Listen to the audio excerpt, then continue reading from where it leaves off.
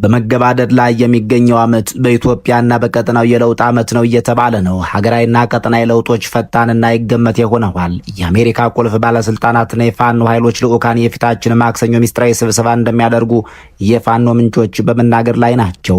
የአሜሪካ መንግስት የስለላ ተቋማትና የውጭ ጉዳይ ፖሊሲ አውጪዎች በኢትዮጵያ መንግስት አጋርነት እምነት እያጡ ነው ተብሏል። ሲአይኤ ስለ ኢትዮጵያ መንግስት ሚስጥራዊና የመጨረሻ የተባለ የደህንነት ግምገማ አቅርቧልም ተብሏል። ክቡራን የበራፍቲ ቤተሰቦች የአሜሪካ የስለላ ድርጅት ሲአይኤ ስለ ኢትዮጵያ ያቀረበው የመጨረሻውና ሚስጥራዊ የደህንነት ግምገማ ምንድነው? ለምንድነው የአሜሪካ መንግስት በነባሩ መንግስት ላይ ያላትን እምነት እንዲህ በፍጥነት የጣለችው? ለምንድነው በታሪክ ታይቶ በማይታወቅ ሁኔታ የአሜሪካ ከፍተኛ ልዑካን ቡድን ከአንድ የታጠቀ ኃይል ጋር ማክሰኞ በድብቅ ለመነጋገር የቀጠሮ ቀን ቆርጧል የተባለው? ይህ ስብሰባ የኢትዮጵያን የወደፊት ዕጣ ፈንታ እንዴት ይለውጠዋል? ፋኖ በእርግጥ የአሜሪካ የስትራቴጂክ አጋር ሊሆን ነው ወይስ ይህ ሁሉ ለቀይ ባህር የበላይነት የሚደረግ ትልቅና የጨዋታው አካል ብቻ ነው? ይህ በምስራቅ አፍሪካ የሚካሄድ የኃይል ሽግግር ትንታኔ ነው። በሚቀጥሉት ደቂቃዎች የኤርትራን መረበሽ፣ የሶማሊያንና የቱርክን ስምምነት፣ የኢራንን ተጽዕኖና ከሁሉም በላይ ደግሞ አሜሪካ ለምን ፊቷን ወደ ፋኖ እንዳዞረች በዝርዝር እናስቃኛለን። እንዲያም ከሆነ የተባለውም እውነት ከሆነ ማክሰኞ የሚካሄደው ሚስጥራዊ ስብሰባ የኢትዮጵያን የፖለቲካ ካርታ በአዲስ መልክ ሊስል ይችላል የሚሉ መረጃዎች እየወጡ ናቸው። ይህ ስብሰባ የሽግግር ስልጣንን፣ የአሜሪካን የሎጂስቲክስ ድጋፍና ከሁሉ በላይ ደግሞ የኢትዮጵያን የቀይ ባህር ተጠቃሚነት የያዘው የረቂቅ ስምምነት መነሻ ነው ወይ? እውነታው የቱ ነው? ግምቱስ የት የሚያበቃ ይሆናል? የውስጥ የስለላ ምንጮች ምን ይላሉ? አሁን ባለው የኢትዮጵያ የፖለቲካ ሙቀት ውስጥ አሜሪካ ከማን ጋር ትሰለፋለች? ይህንንና ሌሎች ተያያዥ ጉዳዮችን ሳይንሳዊ በሆነ የጂኦፖለቲካ ትንታኔ የዓለም አቀፍ የኃይል ሚዛን በቀይ ባህር የደህንነትና በአፍሪካ ቀንድ የፖለቲካ ጣፈንታ ላይ የተመሰረተ ጥልቅ ሳይንሳዊና ተጨባጭ ትንታኔ እናስቃኛቸዋለንና እስከ ዝግጅታችን ፍጻሜ አብራችሁን ቆዩም።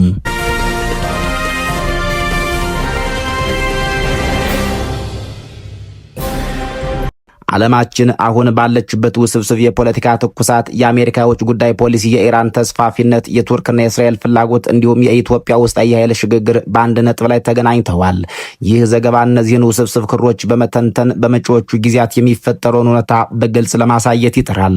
አሜሪካ ከኢራን ጋር በቀጥታም ሆነ በተዘዋዋሪ የውክልና ጦርነት ወይም ፕሮክሲ ዋር ውስጥ መግባቷ የአደባባይ ሚስጥር ነው። የዚህ ጦርነት ዋና ማዕከል ደግሞ የመካከለኛው ምስራቅ ብቻ ሳይሆን የዓለምን የንግድ ደም ስር የሆነው ቀይ ባህርና የባቤል ማንዴብ ስትሬት ነው። የኢራን ድጋፍ ያላቸው የየመን ሁቲዎችና የሂዝቦላህ ታጣቂዎች በቀይ ባህር ላይ በሚያልፉ መርከቦች ላይ የሚያደርሱት ጥቃት የአሜሪካንና የምዕራባውያንን ንግድና ደህንነት የበላይነት ክፉኛ እየተፈታተኑት ይገኛሉ። አሜሪካ ይህንን ስጋት ለመቅረፍና የቀይ ባህርን ደህንነት ሙሉ በሙሉ ለመቆጣጠር በአፍሪካ ቀንድ አስተማማኝ ጠንካራና ስትራቴጂካዊ አጋር ትፈልጋለች። ይሁን እንጂ አሁን ያለው የአፍሪካ ቀንድ የፖለቲካ አሰላለፍ ለአሜሪካ እጅግ ፈታኝ ሆኗል። አዲስ የኃይል አሰላለፍና አዲስ አጋር መፍጠር የአሜሪካ ብሔራዊ ደህንነት ዋነኛ አጀንዳ ሆኖ ተቀርጿል። የአሜሪካን አዲሱን የቀይ ባህር ስትራቴጂ ለመተግበር የነበሩት አማራጮች እየጠበቡ መጥተዋል። ኤርትራ በባህሯ ከምዕራባውያን ይልቅ ወደ ሩሲያ፣ ቻይናና ሌሎች ጸረ አሜሪካ ኃይሎች ማዘንበሏ ይታወቃል። ኤርትራ ለአሜሪካ ወታደራዊ ፍላጎትና የቀይ ባህር ፖሊሲ ተባባሪ መሆን ቀርቶ ተቃራኒ ኃይል ሆና ቆማለች። በሌላ በኩል በሶማሊያ በኩል ያለው ሁኔታ የአሜሪካንና የእስራኤልን የጂኦፖለቲካዊ ስሌት ያዛባ ሆኗል። ኢትዮጵያ ከሶማሊላንድ ጋር ያደረገችውን የመግባቢያ ስምምነት ተከትሎም እንዲሁም እስራኤል ለሶማሊላንድ ያላትን ስትራቴጂካዊ ፍላጎትና እውቅና መነሻ በማድረግ የሶማሊያ መንግስት ፊቷን ወደ ቱርክ አዙራለች። ሶማሊያ ከቱርክ ጋር የፈረመችው የባህር ላይ ደህንነትና የመከላከያ ስምምነት አሜሪካና እስራኤል በቀጠናው ሊኖራቸው የሚችለውን ተጽዕኖ የሚገድብ ትልቅ እንቅፋት ሆኗል። ቱርክ የራሷ የሆነ የቀይ ባህርና የህንድ ውቅያኖስ የባህር ኃይል ስትራቴጂ ወይም ብሉ ሆምላንድ ዶክትሪን ስላላት የቱርክ በሶማሊያ የውሃ ክልል መስፈር አሜሪካንን ክፉኛ አሳስቧታል። በዚህ የተወሳሰበ ቀጠና ውስጥ አሜሪካ የቀይ ባህርን የበላይነት ለመቆጣጠር ብቸኛና አስተማማኝ አጋር የምታደርገው ኃይል ወደ መፈለግ እንድታመራ አስገድዷታል። ተንታኞችና አንዳንድ የፋኖ ደጋፊዎች እንደሚሉት ይህ ፍለጋ ነው እንግዲህ ወደ ኢትዮጵያ ውስጣዊ የኃይል ሚዛን ያመራት ይላሉ። የአሜሪካ የስለላ ድርጅት ሲአይኤ እና የውጭ ጉዳይ ሚኒስቴር የአፍሪካን ዴስክ በምስራቅ አፍሪካ መጻኢ ዕጣ ፈንታ ላይ ሰፊ ጥልቅና ሳይንሳዊ ጥናት አድርገዋል። በዚህ ጥናት መሰረት አሁን ያለው የኢትዮጵያ መንግስት ሀገርን የማረጋጋት ቀጠና የተጽዕኖ የመፍጠርና የአሜሪካን የቀይ ባህር ስትራቴጂክ የማስፈጸም አቅሙ እጅግ መዳከሙን አረጋግጠዋል። የአሜሪካው የስለላ ድርጅት ሲአይኤ እና የውጭ ጉዳይ ሚኒስቴር ስቴት ዲፓርትመንት ስለ አፍሪካ ቀንድ በተለይም ስለ ኢትዮጵያ ያላቸውን አመለካከት በተመለከተ የሚነሱ መረጃዎች ብዙውን ጊዜ የሚመነጩት በይፋ ከሚወጡ የፖሊሲ ሰነዶች፣ የመረጃ ተቋማት ትንተናዎችና በምስራቅ አፍሪካ ካለው ወቅት የጂኦፖለቲካ እንቅስቃሴ ነው።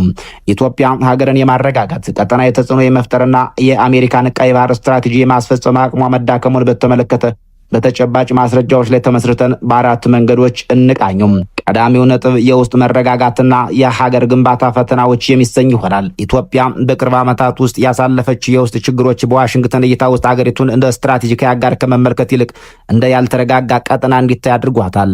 የሰሜኑ የ2 ዓመት ጦርነት፣ በአማራና በኦሮሚያ ክልሎች የሚታዩ የጸጥታ ችግሮች የመንግስትን የውስጥ ቁጥጥር አቅም መፈታተኑም በግልጽ የሚታይ ነው። ይህም የውጭ ባለሀብቶችንና አጋሮችን እምነት በመሸርሸር ኢትዮጵያ የክልሉ መረጋጋት ምሰሶ የመሆን አቅሟን እንደቀነሰው ይገመታል። የውጭ ምንዛሬ እጥረት፣ ከፍተኛ የዋጋ ግሽበትና የዕዳ ጫና መንግስት በኢኮኖሚ ላይ ያለውን ቁጥጥር አዳክሞታል። ሀገርን የማረጋጋት አቅም የሚለካው በወታደራዊ ኃይል ብቻ ሳይሆን በመንግስት የአገልግሎት አሰጣጥና በኢኮኖሚ ጥንካሬ ስለሆነ እነዚህ ችግሮች የኢትዮጵያን ተጽዕኖ አሳንሰውታል። ሁለተኛው ነጥብ የቀጠናዊ ተጽዕኖ መቀነስ የሚለው ይሆናል። ከዚህ በፊት ኢትዮጵያ በአፍሪካ ቀንድ የጸጥታና የፖለቲካ ዋና አስተባባሪ እንደሆነች ትታይ ነበር። አሁን ግን ይህ አቋም በእጅጉ ተቀይሯል። ከሶማሌላንድ ጋር የተፈረመው የመግባቢያ ስምምነት ኢትዮጵያን በቀጠናው ያላትን የዲፕሎማሲ ግንኙነት አወሳስቦታል። ይህ ደግሞ እንደ ሶማሊያ፣ ግብጽና ኤርትራ ያሉ ሀገራት በኢትዮጵያ ላይ የተቃዋሚ አሰላለፍ እንዲፈጥሩ አድርጓቸዋል። ቀደም ሲል ኢትዮጵያ በአፍሪካ ቀንድ ጉዳዮች ላይ የነበራት የመሪነት ሚና አሁን ላይ በሌሎች ሀገራት ተፎካካሪነትም እየተገዳደረ ነው። ሶስተኛው ነጥብ የአሜሪካ የቀይ ባህር ስትራቴጂና የኢትዮጵያ ሚና የሚሰኘው ነጥብ ይሆናል። አሜሪካ በቀይ ባህር ቀጠና ያላት ዋና ፍላጎት የመርከቦች ነጻ እንቅስቃሴ፣ የሽብርተኝነት መከላከልና የቻይናን ተጽዕኖ መቀነስ ነው። ኢትዮጵያ የባህር በር ፍለጋ በምታደርገው ጥረት ቀጠናውን አለመረጋጋት ውስጥ እንደከተተችው አሜሪካ ታምናለች። ይህ ደግሞ አሜሪካ በጅቡቲና በሌሎች አካባቢዎች ያላትን የስትራቴጂክ ጥቅም ሊያናጋ ይችላል የሚል ስጋት ፈጥሯል። አሜሪካ በቀይ ባህር አካባቢ ካላት የረጅም ጊዜ አጋርነት ይልቅ ኢትዮጵያ ከብሪክስ ጋር መጣመሯና በሌሎች ዓለም አቀፍ መድረኮች የምታራምደው አቋም ከዋሽንግተን የስትራቴጂክ ጥቅም ጋር እየተጋጨ መጥቷል። ይህም አሜሪካ በኢትዮጵያ ላይ ያላትን እምነት እንዲቀንስ አድርጓል። አራተኛውና የመጨረሻው በስለላ ተቋማት እይታ ሲአይኤና የመሳሰሉ ተቋማት ያልተረጋጋች ኢትዮጵያ ለቀጠናው ሰላም ስጋት እንደሆነች ይደመድማሉ። እነዚህ ተጨባጭ ማስረጃዎች የሚጠቁሙት መንግስት ደካማ የውስጥ ቁጥጥር ውስጥ መሆኑን ነው። መንግስት መላ ሀገሪቱን በበላይነት የመቆጣጠር አቅሙ መዳከሙ እንደ ትልቅ ስጋት ይታያል። ከጎረቤቶች ጋር የሚፈጠር የጠርዝ ግጭቶች ኢትዮጵያን ካረጋጊ ወደ አስጨናቂ ቀጠናዊ ተዋናይነት እየቀየሯት ነው። አሜሪካ ለቀይ ባህር ደህንነት ስትል አሁን በኢትዮጵያ ላይ ከመደገፍ ይልቅ በሌሎች የባህር ጠረፍ ሀገራት እንደ ጅቡቲ፣ ሶማሊላንድና ኬንያ ላይ ያላትን ጥገኝነት እያጠናከረች ትገኛለች። ኢትዮጵያ ከአቅም ማነስ ይልቅ በዋናነት የስትራቴጂካዊ ግራ መጋባት ውስጥ ያለች ትመስላለች። መንግስት የውስጥ መረጋጋትን በወታደራዊ መንገድ ብቻ ለማምጣት ሲሞክር፣ በተመሳሳይ ጊዜ የቀጠናው ተጽዕኖውን ለማስፋት የሚያደርገው ጥረት ከአሜሪካ የቀይ ባህር ስትራቴጂ ጋር ግጭት እየፈጠረ ነው። ይህም አቅሟ መዳከሙን የሚያሳዩት እውነታዎች በስለላ ድርጅቶች ዘንድ እምነት የሚጣልባት ሀገር አይደለችም ወደሚል ድምዳሜ እያደረሳት ይገኛል ይባላል። በተቃራኒው የአማራ ፋኖ ንቅናቄን በተመለከተ የአሜሪካኖች ያደረጉት ግምገማ አስገራሚ ውጤት ይዞ መጥቷል ተብሏል። ፋኖ ከጅምሩ የተበታተነ የክልል ሚሊሻ ከመሆኑ ወጥቶ አሁን ላይ ግዙፍ ህዝባዊ መሰረት ያለው የተደራጀ ወታደራዊ አቅም የገነባና በጥቂት ጊዜያት ውስጥ ቀጠናውንና ማዕከላዊ መንግስቱን የመቆጣጠር የሚያስችል የኃይል ሚዛን ወይም ባላንስ ኦፍ ፓወር መያዙን ጥናቱ አመላክቷል። ፖለቲካዊ ርዕዮተ ዓለሙን ከጽንፈኝነት የጸዳ የኢትዮጵያን አንድነት የሚያቀነቅንና ከምዕራባውያን ጋር በጋራ ጥቅም ላይ ተመስርቶ ለመስራት የሚያስችል መሆኑን ተረድተዋል እየተባለ ነው። የጂኦፖለቲካ ህግ እንደሚለው ሀገራት ቋሚ ጥቅም እንጂ ቋሚ ወዳጅ ወይም ጠላት የላቸውም። የአሜሪካን የራሷን ብሔራዊ ደህንነት ጥቅም ለማስጠበቅ ስትል ኢትዮጵያን ገዢ ኃይል የመቀየር ስልት ነድፋለች እየተባለ ይገኛል። የዚህ ስልት ማዕከላዊ አካል ደግሞ ከፋኖ ጋር ስትራቴጂካዊ ጥምረት መፍጠር ነው። አሁን ባለው ተጨባጭ መረጃ መሰረት በሚስጥር የተያዘና ከፍተኛ ስልጣን ያለው የነጭ ቤተ መንግስት ልዑካን ቡድን ከፋኖ ሁነኛ ሐቀኛና ስትራቴጂካዊ ተወካዮች ጋር ለመነጋገር ቀጠሮ ይዟል። ይህ ውይይት ቀጣይ ማክሰኞ የሚካሄድ ሲሆን የውይይቱ ዋና አጀንዳ ፋኖ ስልጣኑን በሚቆጣጠርበት ጊዜ ስለሚኖር የሽግግር ሂደትና አሜሪካ ስለምታደርግ ሁለንተናዊ ድጋፍ እንደሆነ የፋኖ ምንጮች እየተናገሩ ናቸው። ከዚህም በላይ የውይይቱ ዋና ማጠንጠኛ የቀይ ባህር አጠቃቀምና የበላይነት ነው። የሚሳካም ከሆነ አሜሪካ ፋኖ የሚመራውን አዲሷን ኢትዮጵያ በቀይ ባህር ላይ የባህር ኃይል ቤዝ እንዲኖራት በመደገፍ ከኢራን ከሁቲዎችና ከሌሎች ጸረ አሜሪካ ኃይሎች ጋር የሚደረገውን ትግል በጋራ ለመምራት የሚያስችል አዲስ ረቂቅ ስምምነት ለማዘጋጀት አቅዳለችም እየተባለ ይገኛል። ይህ ማክሰኞ የሚካሄደው ውይይት በታሰበው ልክ ፍሬ የሚያፈራና ከስምምነት የሚደርስ ከሆነ ፋኖ በአንድ ድንጋይ ሶስት ወፍ የሚመታበትን ታሪክ አጋጣሚ ይፈጥርለታል ተብሏል። አንደኛው 4 ኪሎን በቀላሉ መቆጣጠር፣ የአሜሪካን ይሁንታና የዲፕሎማሲ እንዲሁም የሎጂስቲክስ ድጋፍ ማግኘት ፋኖ ማዕከላዊ መንግስት ላይ የሚያደርገውን ጉዞ ያፋጥነዋል። የሽግግር ሂደቱንም ዓለም አቀፍ ተቀባይነት እንዲኖር ያደርጋል። ሁለተኛው የቀይ ባህር ባለቤትነት ነው።